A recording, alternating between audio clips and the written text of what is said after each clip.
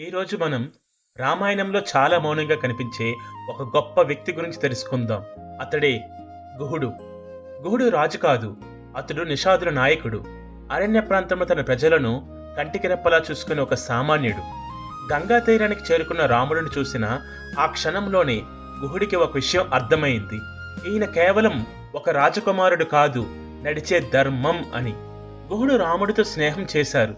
కానీ ఆ స్నేహానికి ఎలాంటి షరతులు, ఆశలు అనేవే లేవు.